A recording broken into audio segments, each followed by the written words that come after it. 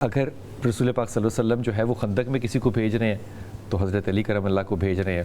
اگر احد کے اندر کوئی آپ کے سامنے سینہ تان کے کھڑا ہے تو وہ امام علی کھڑے ہیں. خیبر کے اندر اگر وہ چشم خراب بھی ہیں لیکن پھر بھی آپ بلا رہے ہیں ان کو کہ نہیں میں لواب دہن لگاؤں گا. تو جب شجاعت کا ذکر کرتے ہیں تو حضرت علی کرم اللہ کا ایک بہت بڑا تذکرہ اور ذکر جو ہے وہ ذہن میں آتا ہے. لیکن جب کربلا کی شجاعت کا بات ہے تو مظلوم کربلا کا ذکر اپنی جگہ، لیکن کوئی ایسی ہستی جس کی شجاعت جو ہے وہ کربلا کو کرب و بلا بنا دیتی ہے وہ عباس علمدار ہے. آپ کا یہ جو شجاعت کا تذکرہ کربلا کے حوالے سے اگر کیا جائے تو اس کو کیسے پیش کرتے ہیں؟ میں سمجھتا ہوں یقیناً 33 سال کے یہ نوجوان اور بہت قد آور کڑیل جوان شیر تھے جن کو دیکھ کر دوسروں پہ ہیبت طاری ہو جاتی تھی. عباس ایسی ان کی اللہ نے شخصیت بنائی تھی، قد کاڑ تھا، ایسا روب تھا، ہیبت تھی. جیسے نبی صلی اللہ علیہ وسلم فرمایا کہ نصرت بالرعب، اللہ تعالیٰ نے ہماری مدد کی ہے کہ ہماری ہیبت اور جلالت اللہ دوسرے دشمن کے دل میں ڈال دیتا ہے. تو اس طرح کی ہیبت اور جلالت تھی. حضرت سیدنا عباس ابن علی جو تھے نا، انہوں نے بار بار حضرت سیدنا امام حسین سے اجازت طلب کی، آپ مجھے اجازت دیں میں ان کا سارا معاملہ درست کر دیتا ہوں. لیکن آپ چونکہ جنگ آپ کو نہ ضرورت تھی، نہ آپ کا ہدف تھا، نہ آپ کا یہ مقصد تھا، آپ تو جس عظیم مقصد کے لیے وہاں تشریف لائے تھے آپ ان کو بار بار روکتے رہے. وگرنہ یقین جانیے مورخین نے یہ لکھا ہے اگر حضرت عباس کو امام حسین ذرا قبل از وقت اجازت دے دیتے نا تو یہ انہوں نے سارا بہت کچھ وہاں نقشہ بدلا جا سکتا تھا. لیکن آپ نے یہ کام نہیں کیا. حضرت عباس ان کے ایک اور بھی حضرت امام حسین نے ان سے کہا کہ اگر آپ کو کچھ ہوا تو آپ کی وجہ سے میرے جو خیمے کے اندر خواتین ہیں، بچے ہیں، ان کی امید اور ڈارس تم ہو. یعنی اتنی ان کے اوپر انحصار تھا پورے خاندان بنی ہاشم کا بھی. یہ بھی ایک معاملہ تھا. تو حضرت سیدنا عباس کی یقیناً جو وفاداری اور آپ کی بہادری اور دلیری، جب آپ نے ان سے فرمایا کہ پانی لے کر آؤ اور آپ پانی لے کر گئے اور اس وقت بھی آپ نے ایک نیزہ سے اس سال لے جانے کی اجازت دی کیونکہ آپ جنگ پسند نہیں تھے، آپ جنگ نہیں کرنا چاہ رہے تھے. اس وقت آپ چاہ رہے تھے کہ یہ خام خواہ میرے نام پر ایسی چیز یہاں پہ نہ ہو. لیکن وہ ظالم جو بڑے سخت دل تھے، شقیق القلب تھے، جن کی آنکھوں میں حیا بھی نہیں رہی تھی، نہ رسول اللہ صلی اللہ علیہ وسلم کی محبت کا احساس رہا تھا، تو ان کو بالکل ہی بدلے ہوئے تھے. تو حضرت امام حسین کے حکم سے آپ جب پانی لینے گئے مشکیزہ لے کر تو وہاں سے بڑی مشکل سے آپ صفوں کو چیرتے ہوئے وہاں تک پہنچے اور پانی بھرنے میں کامیاب ہوئے. تو وہاں آپ نے انتہا درجے کی شدت کی پیاس محسوس ہو رہی تھی تو پانی کا ایک چلو بھر کر منہ میں ڈالا تو پھر خیال آیا امام فذکر عطش الحسین، حضرت امام حسین کی پیاس یاد آئی، معصوم بچوں کی پیاس یاد آئی. تو آپ نے وہاں پہ کلی کر دی. وفاداری کی انتہا نہیں، اس سے زیادہ وفاداری کیا ہو سکتی ہے. اللہ اکبر. کلی کر دی اور پھر ظالموں نے آپ کے دونوں بازو جو تھے نا باری باری وہ بھی کاٹ دیے. اور مجھے یہاں یاد آ رہا ہے یزید کا وہ جملہ، جب یزید کے سامنے یہ لٹا پھٹا سامان وہاں پیش کیا گیا نا تو ایک جو بڑا علم تھا وہ بھی پیش کیا گیا. اس علم کو دیکھا، اس کے ہر طرف پر نشان تھے، تان لگے ہوئے تھے، نشانات لگے ہوئے تھے، پھٹا ہوا تھا، کہیں تیر کا، کہیں تلوار کا، کہیں نیزے کا، لیکن اس کا جو دستہ تھا وہ بالکل سلامت تھا. تو اس نے پوچھا یہ کس کے پاس علم تھا؟ تو اس نے کہا یہ حضرت عباس ابن علی کے پاس تھا. تو اس نے کہا میں نے اس کی شجاعت سنی تھی، آج ان کے اس علم نے مجھے بتا دیا وہ کیسا بہادر، کتنا دلیر، کیسا جرأت مند تھا کہ جو دستہ اس نے نہیں چھوڑا. دستہ ان کے چونکہ ہاتھوں میں رہا، وہاں پر کوئی نشان نہیں آنے دیا، داغ نہیں لگنے دیا کسی نیزے کا، کسی تلوار کا. تو یقیناً ان کی شہادت کے بعد ان کی بہادری اور ان کی دلیری، اس کی گواہی خود یزید کی زبان سے یہ ادا ہو رہی ہے. تو یقیناً حضرت عباس کی بہادری اور دلیری تھی، ان کو خون میں ملی تھی حضرت علی المرتضیٰ کرم اللہ وجہ الکریم سے.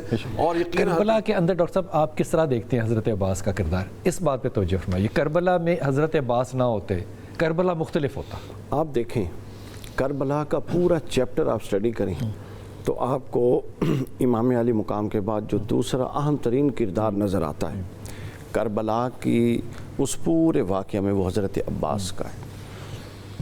خیموں کی مینجمنٹ حضرت عباس کے پاس، کس خیمے پر کس کو محافظ کھڑے کرنا ہے حضرت عباس کے پاس، خیمے کہاں لگانے ہیں حضرت عباس کے پاس. خود جہاں پر آل رسول اور حضور کی بیٹیاں موجود ہیں، اس خیمے کی حفاظت حضرت عباس کے پاس، جس نے امام حسین سے ملنے یا مذاکرات کرنے آنا ہے حضرت عباس کے پاس، امام حسین نے کسی کی طرف پیغام بھیجنا ہے کہ ایک رات کی مہلت والا پیغام بھیجا حضرت عباس کے ساتھ، اور یہ کیوں نہ ہوتا، حسین علیہ السلام کو عباس پر یقین تھا۔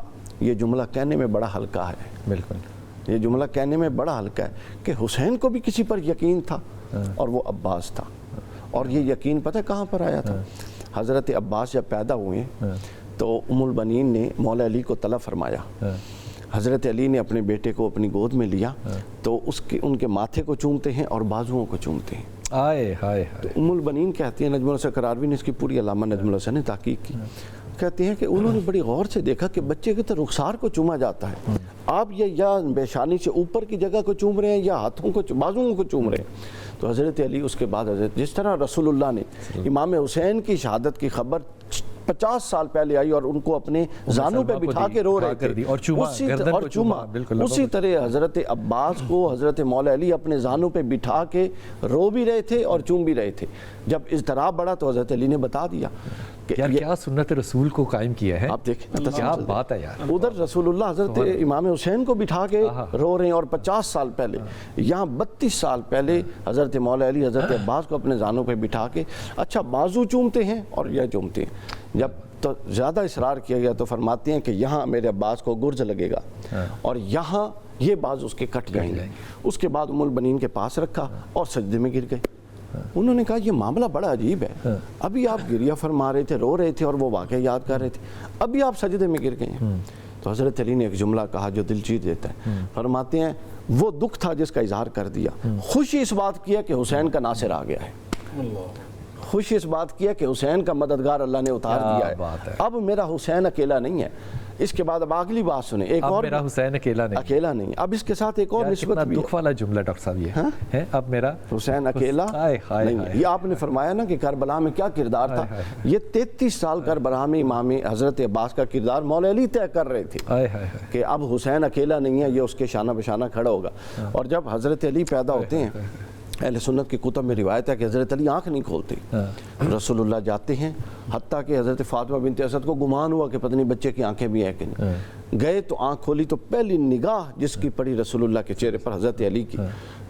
علامہ نجم الحسن قراروی کی یہ تحقیق ہے مولا باقر مجلسی کے حوالے سے، وہ کہتے ہیں حضرت عباس بھی آنکھیں نہیں کھولتے تھے، حتیٰ کہ مولا علی پریشان ہو گئے۔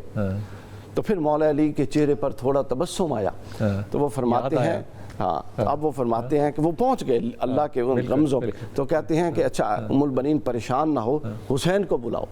تو جب امام حسین آئے اور حضرت عباس کو اٹھایا تو پہلی نظر اس جہان میں مادی دنیا میں حضرت عباس کی جس کے چہرے پر پڑی اس شخص کا نام ہے حسین ابن علی۔ کیوں حضرت علی نے یہ اہتمام کروایا؟ اس لیے دیکھیں وہی جو محبت اور وہی عقیدت جو باپ کی ہے نبی پاک صلی اللہ علیہ وسلم سے، وہ حضرت عباس کی امام حضرت عباس کی امام حسین، اور اس لیے کروایا چونکہ حضرت علی کو حضور کی طرف سے علم نبوت سے یہ فیض منتقل ہوا تھا اور بتایا تھا کہ پہلی نگاہ اس لیے اس کی حسین کے چہرے پر جائے کہ آخری بھی نگاہ اس کی حسین کے چہرے پر جائے۔ اچھا یہ کنٹینیویشن ہے سنت کی، یہ کنٹینیویشن ہے سنت، پھر آگے بھی سن لیں، اگلے بھی سن۔ جب رسول اللہ صلی اللہ علیہ وسلم آئے امام حضرت علی کو تو حضرت علی کی حضور امام حسین کے بارے میں بھی حضرت علی کے اپنی لعاب مبارک اور اپنی زبان ان کے منہ میں ڈالتے تھے، گھٹی جس کو کہتے ہیں۔